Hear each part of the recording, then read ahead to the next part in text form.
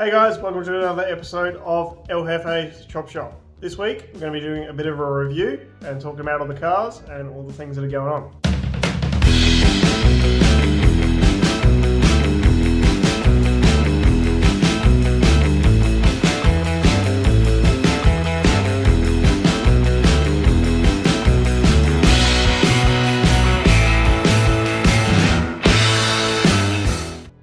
So before I get started on the cars, I did put up a video a few weeks ago asking if you could ask me more questions so I could do a bit of a Q&A. This is right about where that would have fit in, but I only got two questions. So one was, what do I do for work? So I'm a crane driver, machine operator at the wharf, so drive big heavy machinery and big cranes and load and unload ships and trains. So it's a pretty cool job. At the moment I can't do 3 points of contact, and I can't really reliably press the button because my thumb's still pretty touchy. So at the moment I'm doing light duties and just doing paperwork. But I also have a second job at a engineer's. I've spoken about that in the past. I don't do a lot of work there. I've probably done 3 weeks work in an entire year, so there's not a lot of days in there. Hopefully I'll be doing more of that this year, but we'll see how we go.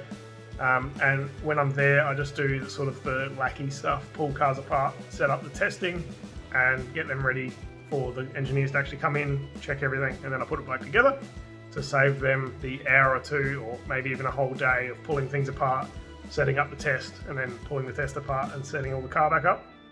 So I just do sort of the lackey kind of jobs, but it's pretty good. I learned a lot of stuff about the actual engineering process, so it is really good, but I don't get a lot of time to go there. And then the second question is, do I get worried about being able to finish all my projects? Yes. Yep. Every day. So I have a lot of cars, obviously. I did sell the Falcon recently because kind of around this question, I just need to focus, really. I struggle to narrow down what I'm working on and stick to it until it's done. So I get distracted by, say, the Toyotas, the Model A, the Ford, like everything sort of just builds up, and then I go, oh, this thing, oh, that thing, and then I get to a stage with a car that I'm pretty happy with, and I know how to do the rest of the project, and I go, that's not very interesting because I'm not learning anything, and I go in a different direction. So the plan is to really just try and focus and actually get some stuff done. I just have a habit of buying a project, coming up with this crazy idea with all these things I don't know how to do, and once I learn how to do those things, I lose interest and I start again. So for example, the Stout, there was a lot of stuff on the Stout that I didn't know how to do or hadn't done. So hadn't like Y-wheeled a chassis, hadn't painted a chassis, hadn't done every bush in the car, hadn't made my own engine mounts, hadn't made my own gearbox mount, hadn't made my own interior, all that sort of stuff, and wired the car. So a lot of that stuff I learned on the Stout, rust repairs and stuff like that. And then once I got to a point where I'd done it and I'd learned how to do it, I lost interest and started on something else. So really hoping I can focus on stuff to actually get it done this year, which is what I'm going to be talking about in this video. So thank you very much for the guys that asked the questions. If you've got any questions, feel free to put them in the comments below. I do want to do a full Q&A, but I obviously need to get a lot of questions to ramble on about for 15-20 minutes. So let's get on to the video. All right, so first things first, I broke my thumb a few weeks ago. It's currently January 9th, so it's been about 6 or 7 weeks today actually since I broke it. I still have about another 3 weeks to have it fully healed, but it is on the way. I can actually bend it a little bit now. I have to do a bit of an exercise to try and see how far I can bend my thumb down my pinky. So obviously this hand I can get, all the way down here, and this hand I'm getting to about there, and it's sort of stuck. So it's on the mend, but that's about it at the moment. I can finally hold things with my thumb instead of holding everything like this, which has been a huge pain in the bum. So I haven't really filmed anything for probably 3 weeks now, mainly because of it being really, really inconvenient to film anything and to work on anything. And then secondly, because of the wagon going to get some stuff done.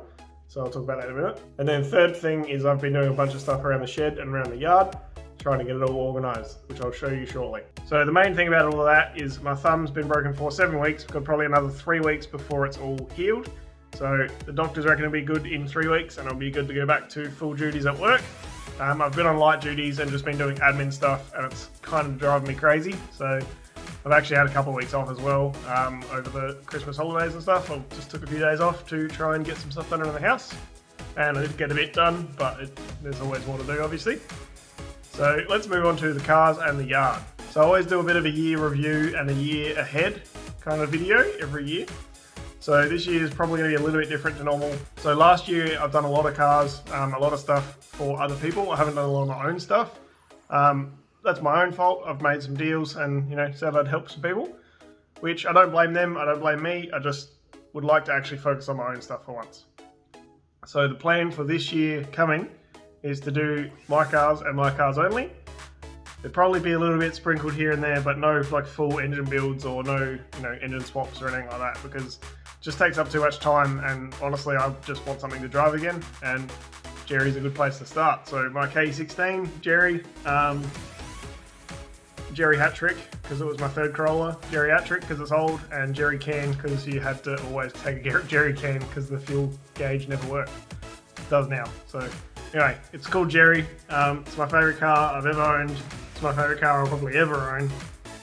It is the best thing. It's just my favourite. So the plan is to get Jerry back on the road as soon as I can. So the plan is to focus on that and try and get as much of it done as I can, get it back on the road, get it cleaned up, and get it running again. So at the moment, we've got the EFI stuff happening. So it's currently at Shawnee's, so the guy that we did the Independence VS with. So that was the engine swap with the American flag painted VS Commodore. So the plan is he's got it. He's going to do an intake manifold for the carbies and off the fuel injection to the carbies, so it'll look all old and cool. So he's going to make that for me. He's going to make a new exhaust, which is going to be all stainless, probably 1 3/4 or 2 inch, just a tiny little one. Try and keep some of that rasp that car has always had. There's always a super raspy engine and exhaust combo. I want to keep that because that is, in my mind, that's how Jerry's supposed to be. So the third thing that Shawnee will be working on is the fuel tank. So the stock one would work, and I could just put a hanger in that or an external fuel pump. But because it's an old, super old tank anyway, I'd like to replace it with something a bit newer, a bit bigger, and a bit more suited to our application. So the plan is to get a full new tank built. It'd be about 60 or 70 litres, hopefully more the better. That car was always for road trips, so hopefully it's got a decent fuel capacity in it. And then we're going to use a VS Commodore fuel pump hanger, so that goes in from the side, and then also the senders in that as well. And then so Shawnee's going to make that from scratch out of aluminium and get a whole new fuel tank all assembled. So once I get it back from Shawnee, there will be an exhaust, there will be an intake, and there will be a fuel tank. So then I'll have to pull the engine out. I need to drill some holes in the body. I need to fix some holes in the body, and then I'll need to replace the clutch. I need to reseal the motor. I need to do the water pump. I need to do a few other bits and pieces that are eluding me at the moment, and then get all the sensors on the engine, get everything working, and get everything so it's ready to go get tuned. That shouldn't be too far behind because I've got the loom all ready to go once the car's back. I need to get a clutch and a water pump and a few other bits and pieces, but it's all sort of there and it's all sort of happening, so hopefully it shouldn't take too long once I get it back. Then the panels are actually off getting repaired at the moment. They're taking a little bit longer than expected, but they should be home hopefully pretty soon. So the guards are getting fixed, the bonnet's getting fixed, and the tailgate is getting fixed at the moment. So those 3 lots of panels are out with a mate, he's fixing them for me. And then once we get those back, I've also got the doors put on. So in these photos that I've been showing are red doors. So they are just really good straight panels and rust free compared to the ones that were on it. So they're going to fix those, and then once I get all the panels back, I might do a bit of a respray on either those panels or the whole car. Just trying to neaten it up a bit and make it look a little bit nicer than it did. Obviously there's going to be more rust in the car and a lot more bog and things that I need to fix, but for now we'll just get those panels fixed, get the rust repaired, and make it look presentable and pretty nice. So then once all of that's done, then we can put it all together, take it back up to Shawnee's, get it tuned, and then we can start driving it. So that is the plan. I also have a diff for it and a few other bits and pieces, so there's a lot of stuff to do, but it's all Corolla stuff and it's all pretty easy as far as I'm concerned. Everyone else has got the hard job with the rust repairs and the custom tanks and stuff, so I think my job should be reasonably easy with that. So that's all for Jerry. Let's get on to the next car. So the next car to talk about would probably be the 25, so the K25, the brown Corolla that I've been working on a little bit. So that's been sitting waiting for the engineer to come and look at it for quite a while. He came and looked at it just before Christmas, before they knocked off for the year. So I need to cut the rear end off, basically from where the front of the back seat starts, all the way back, and cut it all out for a 4-length. So that was the plan from day one. So I was just hoping that I didn't have to get rid of as much floor as I'm going to have to, but it doesn't matter. So the other thing that he checked was the crossmember and the steering rack and steering column placement. So we're pretty happy with that. I just need to make sure that I can get the steering to actually work and have no notchiness or any binding in the column. So that should be reasonably easy. The starter motor for the beams is actually kind of in the way, but it's mainly just a bracket that can get removed anyway. So that's the first job on that car. I'm kind of waiting to heal up a bit better so I can have 2 hands to work on that thing. So I don't drop anything, because that engine's quite expensive these days. So the next job after that would be get the steering all organised, then brace everything, then cut the floor out, and then start doing the 4-length. So that's obviously a lot of work, and we're going to have to wait off on a little bit because I need to be fully recovered and have nothing else on my plate to do that one. I may get the steering going so that they can continue with the front end design, but that's probably about it for a little while. So while the engineer was here, he had a quick look at the Dodge cab, so the truck cab that I've got. We were a little bit worried that because it got hot and burnt that the metal would be no good. He's had a look at that and he has assured me that the metal is good and it's good to continue using it. However, he did say if I could find a new cab, it might be not a bad idea to grab another one. So I did actually look at one a few weeks ago with Tim and his mate Chris, but unfortunately it was worse condition than mine, which is saying something because mine is covered in rust. So mine's pretty solid, structurally solid, but it's got like surface rust over the whole thing. This one we looked at had actual rust but was in good condition, but had a few holes and a lot of dents. So mine was probably better overall. That project's going to be on the back burner obviously. I have to pull the truck apart for that one, so I don't want to do that just yet until we've got some other stuff going.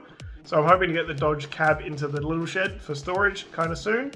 I have been moving a bunch of stuff around to get access to the little shed again. And then we'll have to pull the Stout out and clean everything up and hopefully get the cab in there as well. So onto the Dodge chassis, that is the original one, not the new one. So we bought that just to make sure we had all the numbers and had all the information for the chassis. The engineer looked at that as well, and he said pretty much if I can't find any numbers, I don't need it, and I can't find any numbers. So the plan is to cut it up and use it as a chassis jig for the K25. So the main rails of the chassis, cut those up so they're about the same length as the Corolla, put it underneath, brace everything, and put some new wheels on it. So it's a nice sturdy table, and then weld the Corolla to that, and then all of the bracing for the 4-length stuff can come off of that as well.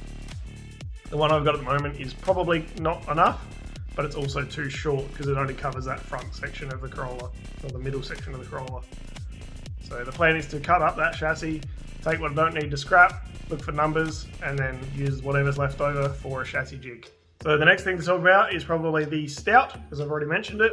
So that is the grey, it's like a 68 or something like that, Toyota Stout. It had the beams in it, it had the 6-speed and all the things that are in the K25. So it's now been kind of abandoned, had the engine stolen and had a few other bits and pieces robbed out of it. So the plan with that thing is to put it back together and sell it off to someone else. It's a pretty good project, like I've done all the chassis and everything. It's got all new bushes and all that sort of stuff. But it does need steering and it does need an engine. And then pending what price I get for it, it's got a full interior, it's got a good tray, it's got big brakes, it's got all the things that you would need to actually make a really good base for a project. But it all depends on what someone wants to buy, I guess.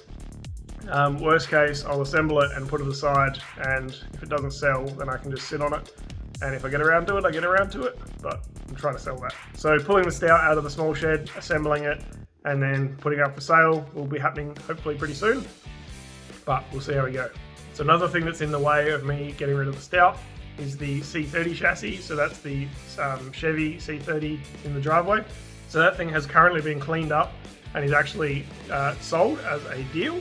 So I'm swapping that for the rust repairs on the wagon. So Once the rust repair panels come back, I should be able to get rid of the chassis and all the bits associated with it, and then I'll have a whole lot more room in the driveway. So the last car in the little shed is Emily's Stout. So that's the car with the turbo swap and the 4-cylinder conversion.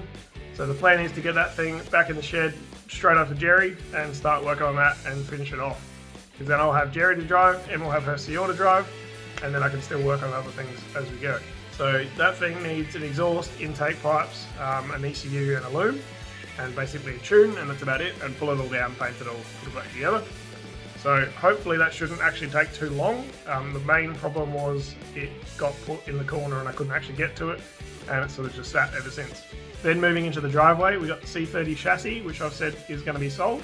So I actually moved that out of the way, and then I've moved the shipping container thing that I had and moved that aside with a bunch of mates. So thank you everyone that came over. We lifted the white box off of the flat rack that it sits on, had it hovering with a piece of 50mm box section. It was probably like a 3.5 meter stretch, and the whole 50 by 50 was actually like a big curve with a jack on either end. Lifted it up, pulled that base plate out, and then lowered the whole lot down, re-grabbed on it, and had a jack on either side at the front, and had an engine crane on the back. And then 4 of us on the front and 1 guy at the back managed to push the whole lot towards the fence, which I'm showing you a video of now. So we've actually got the white box emptied, and it's hard up against the fence, and it's far enough forwards that we can get Emily's car in and out of the shed once it does run. Or I can put the Stout on that side, or the Model A, or whatever. So heaps better, so much more room on my driveway. Once the C30 chassis is gone, the whole driveway will be clear except for the box. And the plan is to use the box as a little garage for the wagon once it runs and drives again. So I'm super stoked that we've finally got that moved. It's been sitting there for 14 months, I looked it up, which is just crazy. It was supposed to just be there for a couple of weeks while we shuffled things around. But it's finally gone. The flat rack itself paid for the whole lot and the tow trucks, so that was really good. I just scrapped it. It got $600 in scrap, and the whole lot cost me $400 anyway. So pretty happy with that. But the main thing is the white box is finally ready and finally free for a wagon to live in there. Alright, so that covers the driveway. That covers the small shed. There is the Misc engine in the small shed which needs to sell. I've been selling a bunch of the Misc stuff on eBay because I'm just sick of it. So there's a bunch of stuff in the small shed that needs to go, which will get me some funds for the other cars. Then we got 2 trailers, so my trailer and Dad's trailer. Dad's is here for a full rebuild. Whether we do that on the channel or not is a different question. Mine's fine. I finally rewired it, which took me probably a year to actually get it to work because I was too lazy to work it out. Then we got the main truck, so the Isuzu. That thing's still running great. It's still registered at the moment, and it's still my daily driver because the Subaru ran out of rego, which is just parked up. I don't plan on getting rid of that just yet because it's a good, reliable car, the Subaru that is. And the Isuzu is obviously staying around for the Dodge project down the road. So it's been putting in a lot of work getting rid of scrap metal and getting rid of all the dump stuff. So it's been really good to have the truck, and I don't plan on getting rid of that either. Alright, so moving into the big shed, we did have the wagon that's currently gone to Chorney's. We've got the K25, which I've already talked about, and we've got the Toyo Ace. So that's the green cab over ute, the mini mog. So that thing's really cool. I kind of put that on the back burner because I wanted to keep the 6-litre. So I've got a 6-litre LS in it at the moment, but I do want to keep that for a future project. So the plan was to try and find another engine to put into that thing before I continued on with it. I didn't want to get it finished with the LS, the 6-litre, and then have to swap it out for a different engine and have to redo a bunch of stuff.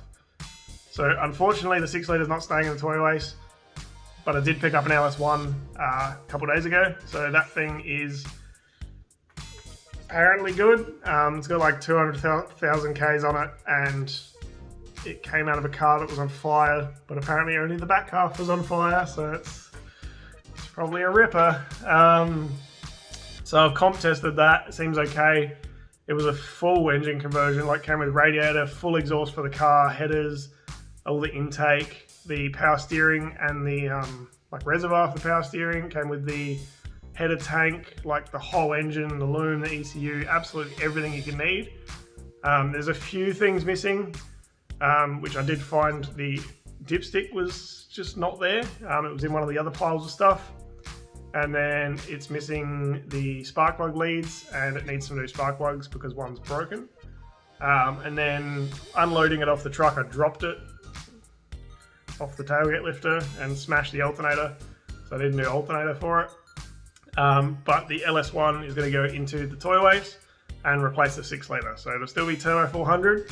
I've still got tail shaft for it, and then we'll put a 5.7 litre in it instead of a 6 litre, because the 6 litre's got like 60,000 Ks and is really nice. So pull that out, keep him aside, put the 5.7 in it, and then fix all the brakes and the steering and all the body loom and everything, and then drive that thing for a little bit and then sell it on. So the plan has always been to sell that thing on. Obviously with the price of LSs lately, it could be worth a lot more than it was supposed to be, but we'll see how we go. That's probably going to be coming up around the same time as the Seor / after the Seor. So I want to try and get it into that and get it done this year as well. Obviously, this is all subject to change depending on how quickly I work, but toy waste getting done would be great because I can then drive that and also sell it and then put some money back into the other cars. Alright, so bear with me, we've got 2 cars left. So we've got the Crown, which everyone I know, all my mates want me to finish the Crown first. It's not going to happen first, but it will happen. It's got a 1.5J in it, and it probably should make like high 300 kilowatts, maybe even 400 if we're lucky. It did have airbags, which I've sold all that stuff off to a mate of mine for his mini truck. So I'm going back to coilovers. I'm going to get custom arms made so it actually has good suspension travel. It is a full chassis car, so there's a lot to do. Probably another 4-link and then custom front end, and there's a lot to do to get it to where I want it. I'd like that thing to be absolutely mint and then also super custom. So we'll see how we go with that, but it will happen. It's just going to take a little bit longer. I want to get some other stuff out the road first and just have that to focus on. Same with the Model A, which is the next car to talk about. So the Model A, originally, I was trying to be sneaky about it, but I was going to put the Misc engine in. So the M156, the 6.2 litre. The plan was to put that into the Model A with the TR6060 because it was free, basically. So the Misc paid for itself, and I ended up keeping a bunch of stuff. So the plan was to use the brakes, the seats, the engine, and then the TR6060 I got from Lee. So the plan was to use all of that in the Model A. But after measuring a bunch of stuff and thinking about it a lot, I was planning on selling the Model A, but I've decided that I'll go in the other direction. So the plan is to sell the Misc engine, move it on, get some cash back, and then keep the TR6060, sell the seats, sell the brakes, they're already gone. And then what I'm going to do is I'm going to get the 6 litre out of toy waste, stick it on the TR6060, and put the whole lot in the Model A, because you can actually run a Model A with an LS and you can have all of the engine sides on still. So it could look like a stock car, or lowered with different wheels, but it could look pretty standard with the engine sides and everything. Or I could put big headers on it, take the engine sides off, and have a big engine and all of the exhaust hanging outside. So the plan is to put the 6 litre in the Model A, keeping the TR6060 because it's got to be manual. That's just part of the requirements. So I hope that some of you are going to get a bit annoyed about that, and hopefully some of you are going to really love that idea. But that's down the road as well, because that's a huge project, different chassis and all that stuff as well. So yeah, that's pretty much all of the cars. The shed still needs wiring, still needs power, still needs all the lights put up, it still needs the hoist, it still needs all the machinery. There's a lot of stuff to do. But we also need to do all of that stuff to the little shed, which is a much more achievable goal. So once the Stout's out and M's car's back in the big shed, the little shed should be empty. Should be able to clean it out and put up the lights and power points. So hopefully in the next year I can get maybe the wagon done, the Seor done, the toy waste, and a bit done on the 25, and then all of the wiring for the sheds and everything moving on. So I realise this episode's been a lot of talking, but if you're stuck in this far, thank you very much. That's the plan for this year, and hopefully I can actually stick to it. And please don't message me asking if I work on your car, because I can't really help myself most of the time, and I'll probably say yes. So please just stop so I can just do my own stuff. I really need to get something of my own on the road and running again, so I can cruise around with my mates and drive something that I actually enjoy. So thank you very much for watching, and we'll see you next week.